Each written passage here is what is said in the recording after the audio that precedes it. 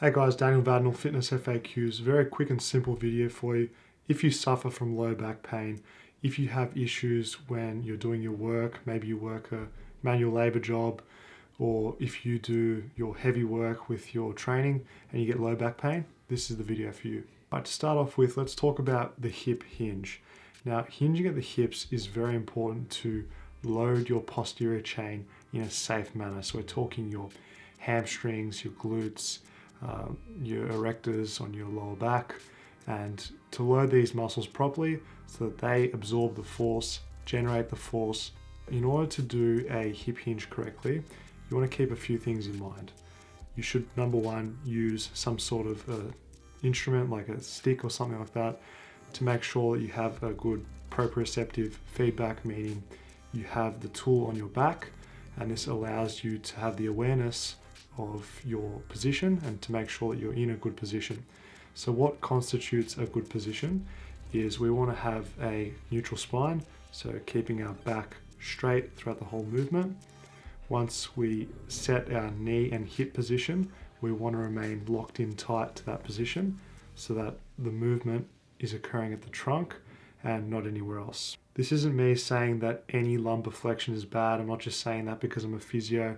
I'm talking about when you're under extreme load or you're lifting weights repetitively time and time again. This is going to be the safest strategy for loading the posterior chain and ensuring back safety pretty much. So you've got those two things in mind. Once you have that locked into position, you want to hinge forward at the trunk, maintaining all those points of contact onto the stick when you're performing the exercise. So your neck should remain in contact with the stick, your lower back should remain in contact with the stick, and your hip and knee angle should remain in the same position. So you're going to feel a lot of tension in your hamstrings as well as your glutes when you're going down into the movement, and this is a good sign that you're doing the movement correctly.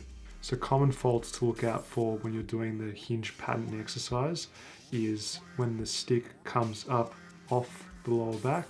This means that you're flexing at your lumbar spine, you're offloading the area that we're trying to work on. Also, another compensation is forward movement of the neck, so losing the contact of the cervical spine when you're doing the exercise. And the last common compensation to offload the posterior chain people tend to do is they bend their knees.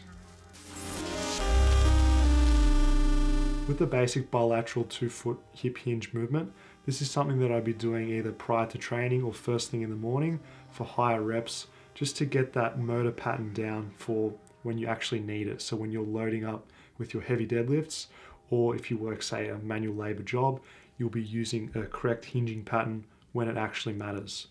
If you're looking to get more of a strength response from the hip hinge, which you should, I recommend doing it on a single leg.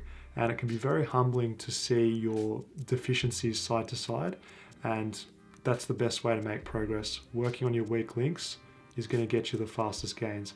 Don't be surprised even if you can do very heavy deadlifts, if you have difficulty with the single leg stability component of this.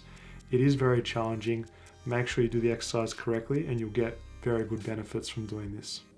For the single leg hip hinge, just as a general guideline, I'd be doing this 2 to 3 times a week in your conventional strength training protocol, 2 to 3 sets, 6 to 8 reps, swapping sides. Thanks everyone for watching. Stay tuned next week Friday for more videos right here on Fitness FAQs.